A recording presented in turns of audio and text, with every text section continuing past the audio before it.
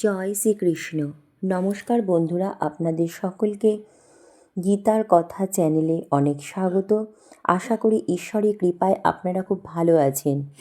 আজকের এই বিশেষ পর্বে আমরা শুনব এমন এক মূল্যবান ভগবান শ্রীকৃষ্ণের উপদেশ, যা শ্রীকৃষ্ণ নিজে মানুষের মনকে রাগ, দুঃখ আর অস্থিরতা থেকে মুক্ত করার জন্য দিয়েছিলেন।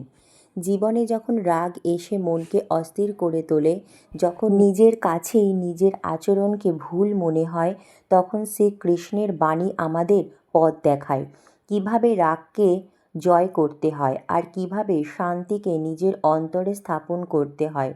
তাই ভিডিওটি শেষ পর্যন্ত দেখার অনুরোধ রইল। আর আজকের গীতার কথার এই ভিডিও আপনাদের যদি হৃদয় পর্যন্ত পৌঁছায়, তবে অবশ্যই নিজের জীবনে তার একটু হলেও প্রয়োগ করার চেষ্টা করুন।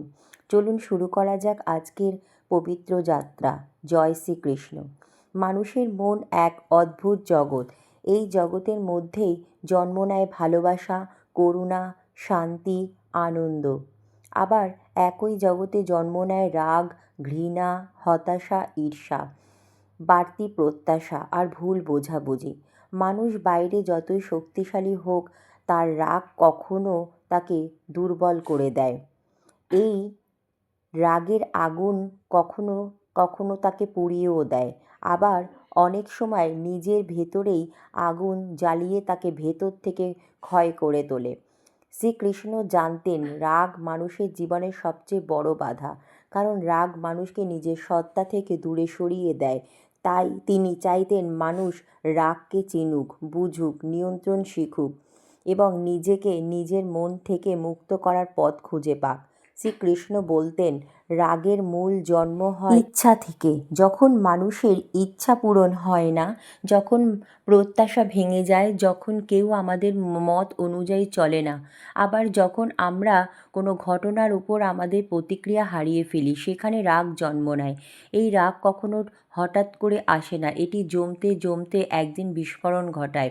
ছোট ছোট অভিমান, অপূর্ণ চাওয়া, ব্যর্থতা, অন্যায় অনুভব, অবহেলার বেদনা সব একসময় রাগের সঞ্চারিত আগুনকে জাগিয়ে তোলে। মানুষ বুঝে উঠতে পারে না এই আগুন কখন তার আচরণও বদলে দেয়, কখন তার চোখের দৃষ্টি কঠিন করে তোলে, কখন তার কণ্ঠস্বর বিষাক্ত করে দেয়। কৃষ্ণ জানতেন রাগ যখন মানুষের মানসিক নিয়ন্ত্রণকে হারিয়ে ফেলে, তখন সে মানুষ নিজের প্রকৃতি থেকে বিচ্ছিন্ন হয়ে যায়। তিনি বলতেন রাগের উৎস সবসময় মানুষের ভেতর থেকে। বাইরের মানুষ বা ঘটনা শুধু অজুহাত। যদি কেউ তোমাকে অপমান করে, তুমি রেগে গেলে, কিন্তু সেই অপমান গ্রহণ না করলে রাগ কিন্তু জন্মাবে না। যদি কেউ তোমাকে কষ্ট দেয় আর তুমি তাকে তোমার সুখের কেন্দ্র করতে থাকো, তবেই সেই কষ্ট তোমার রাগকে বাড়াবে।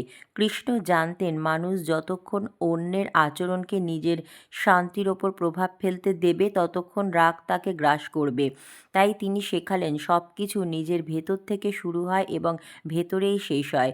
যিনি নিজের ভেতরকে নিয়ন্ত্রণ করেন, তাকে কোনো বাইরের ঘটনা টলাতে পারে না। তার চিত্ত স্থির থাকে, কারণ তিনি জানেন অন্যের আচরণ তার জীবনের চাবিকাঠি নয়। মানুষ প্রায়ই মনে করে রাগ দেখালে সে হয়তো শক্তিশালী। কৃষ্ণ বলতেন রাগের প্রদর্শন শক্তির লক্ষণ নয়, বরং দুর্বলতার পরিচয়। যারা নিজের মনকে নিয়ন্ত্রণ করতে পারে না, তারা রেগে গিয়ে চিৎকার করে, ভেঙে পড়ে, কথা বলে ফেলতে বাধ্য হয়। এই বাধ্যতাই দুর্বলতা, কারণ শক্তিশালী মানুষ কখনোই নিজের আবেগের দাস হয় না। সে রাগ উঠতে দেখে, কিন্তু রাগকে তার সিদ্ধান্ত নিতে দেয় না। সে জানে রাগ যদি সামনে থাকে, তার বিবেক পিছিয়ে যাবে। তাই বিবেককে সামনে রাখতে হলে রাগকে পিছনে ঠেলে দিতে হয়।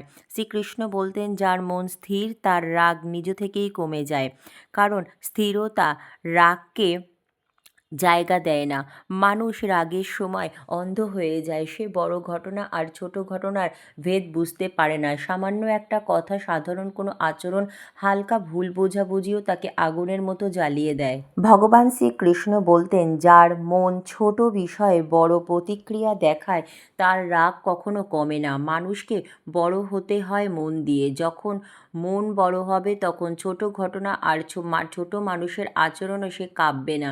সে জানবে সব কথায় প্রতিক্রিয়া দেওয়ার দরকার নেই, সব মানুষকে গুরুত্ব দেওয়ারও দরকার নেই।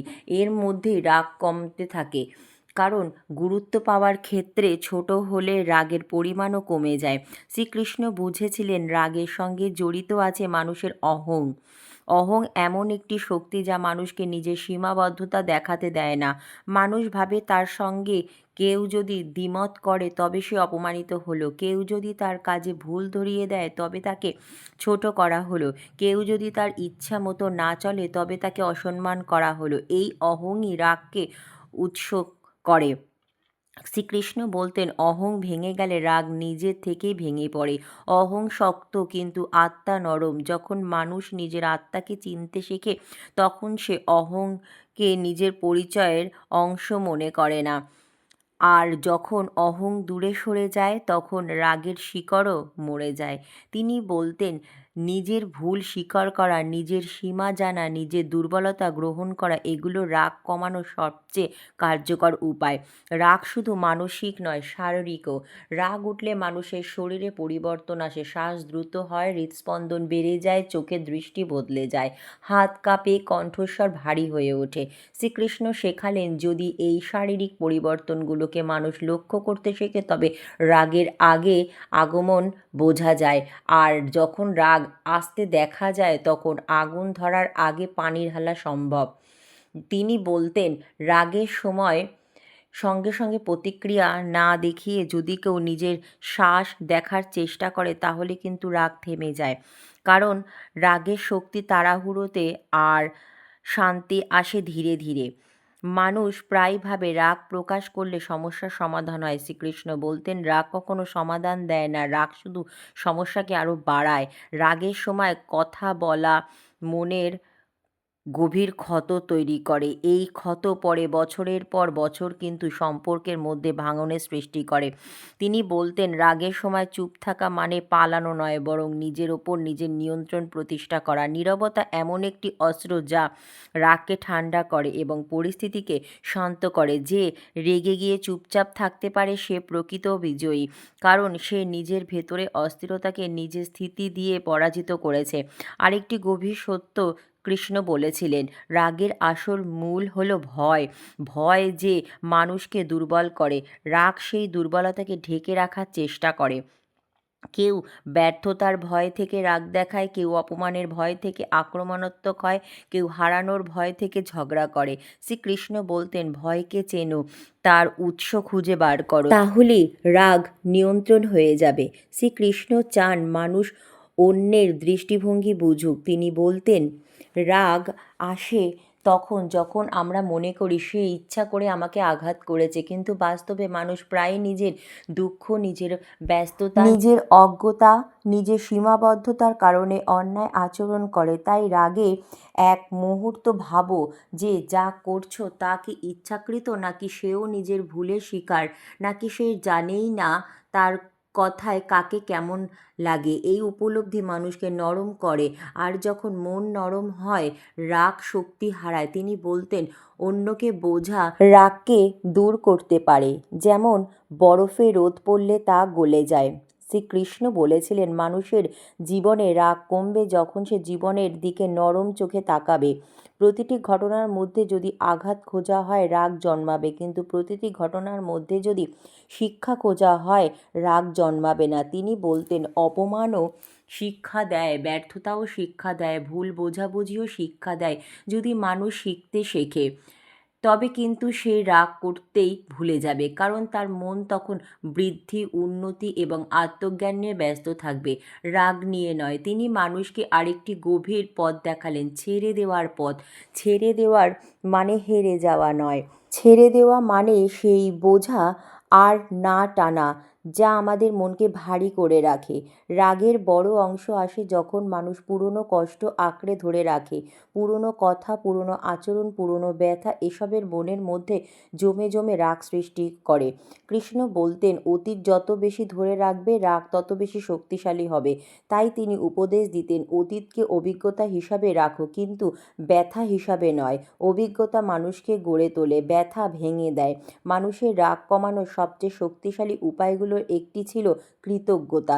যখন মানুষ কৃতজ্ঞ হয় তার মন নরম হয়। নরম মন কখনোই রাগকে দীর্ঘদিন ধারণ করতে পারে না। কৃতজ্ঞতা মানুষকে নম্র করে তোলে, আর রাগ নম্রতার সামনে দাঁড়াতে পারে না। যে মানুষ জীবনে ছোট ছোট সুখেও আনন্দ খুঁজে পায়, সে ছোট ছোট সমস্যায় রেগে যায় না, কারণ তার মন আলোয় ভরা, অন্ধকারের জায়গা সেখানে নেই। শ্রীকৃষ্ণ বলতেন, কৃতজ্ঞতা মানে নিজের জীবনের প্রতি আশীর্বাদকে দেখা, আর যে দেখে সে রাগ করে না। শ্রীকৃষ্ণ আরও বলতেন, রাগ কমানোর জন্য নিজের কাজের উপর মন দিতে হবে, ফলের উপর নয়। ফলের আশা যত বেশি হবে, হতাশা তত বাড়বে। হতাশা বাড়লে রাগও বাড়বে, কিন্তু যে নিজের কর্তব্য মন দিয়ে পালন করবে সে রাগ কম অনুভব করবে, কারণ তার মন কাজে ব্যস্ত থাকবে, অপেক্ষায় নয়। কাজ মানুষকে স্থির করে আর অপেক্ষা মানুষকে অস্থির করে। ফলের চিন্তা মানুষকে দুর্বল করে, কর্তব্যের চিন্তা মানুষকে শক্তিশালী করে। রাগের সময় কোনো সিদ্ধান্ত না নেওয়া, যে উপদেশ তিনি দিয়েছিলেন তা মানুষের জীবনে অত্যন্ত কার্যকর। রাগের সময় সিদ্ধান্ত ভুল হয়, কথাও ভুল হয়, কাজও ভুল হয়। তাই তিনি বলতেন, রাগের সময় থেমে যাও, শ্বাস নাও, নিজেকে কিছু সময় দাও, সিদ্ধান্ত পরে নেবে, কারণ রাগ চলে গেলে মন স্বচ্ছ হবে, স্বচ্ছ মনই সঠিক সিদ্ধান্ত দেবে। দিনের শেষে নিজের সঙ্গে নিজে কথা বলা একটি কৃষ্ণ আরেকটি উপদেশ। তিনি বলতেন, প্রতিদিন সন্ধ্যায় একটু সময় নিয়ে ভাবো, আজ কোথায় রাগ করলে, কেন করলে, এটি কি সত্যি প্রয়োজন ছিল? তুমি কি অন্যভাবে পরিস্থিতিকে সামলাতে পারতে? এই আত্মশিক্ষা মানুষকে নিজের ভুল বুঝতে সাহায্য করে এবং ধীরে ধীরে রাগ কমতেও থাকে। যে মানুষ প্রতিদিন নিজের ভেতরে আলো জ্বালায় তার অন্ধকার চলে যায়। অবশেষে শ্রীকৃষ্ণের সবচেয়ে বড় দিক নির্দেশনা ছিল নিজেকে জানা। মানুষ যখন নিজের সত্যিকারের সত্তাকে চিনে ফেলে তখন রাগ তাকে স্পর্শও করতে পারে না, কারণ আত্মা শান্ত, আত্মা নির্মল, আত্মা অশান্ত নয়। মানুষ যখন নিজেকে শরীর মনে করে তখনই রাগ তাকে জ্বালিয়ে দেয়, কিন্তু যখন নিজেকে আত্মা হিসাবে দেখায় ক্ষমতা আসে, তখন সে জানে অস্থায়ী ঘটনার জন্য অস্থির হওয়া অর্থহীন। এই উপলব্ধি তাকে গভীর শান্তিতে পৌঁছে দেয়, যেখানে রাগের কোনো স্থান নেই। মানুষের জীবনে রাগ থাকবে, রাগ আসবে। শ্রীকৃষ্ণ কখনো বলেননি রাগ সম্পূর্ণ দূর হয়ে যাবে। তিনি বলেছেন, রাগ আসবে কিন্তু তা তোমাকে চালাবে না। রাগ জন্মাবে কিন্তু তা তোমাকে ভাঙবে না। রাগ উঠবে কিন্তু তা তোমার সিদ্ধান্ত নেবে না। রাগ মানুষের স্বাভাবিক অনুভূতি, কিন্তু মানুষের কর্তব্য সেই অনুভূতির দাস না হওয়া। যিনি নিজেকে নিয়ন্ত্রণ করতে শেখান তার জীবনে সত্যিকারের থাকে শান্তি। তো বন্ধুরা, কেমন লাগলো আজ ভগবান শ্রীকৃষ্ণের এই অমূল্য বাণী? যদি আপনাদের মনকে স্পর্শ করে তাহলে অবশ্যই আজ থেকে নিজের জীবনে একটু শান্তি, একটু ধৈর্য এবং একটু প্রেম যোগ করার চেষ্টা করুন। মনে রাখবেন, রাগ কমে যায় জ্ঞান দিয়ে, আর জ্ঞান বাড়ে যখন হৃদয়ে শ্রীকৃষ্ণকে স্থান দেওয়া হয়। যদি আজ ভগবান শ্রীকৃষ্ণের এই অমূল্য বাণী আপনাদের অনুপ্রাণিত করে থাকে, তবে অবশ্যই চ্যানেলটি সাবস্ক্রাইব করে ভিডিওটি লাইক, শেয়ার করার জন্য অনুরোধ রইল। অনেক অনেক ধন্যবাদ ভিডিওটি এতক্ষণ মনোযোগ সহকারে শোনার জন্য। জয় শ্রীকৃষ্ণ। রাধে রাধে।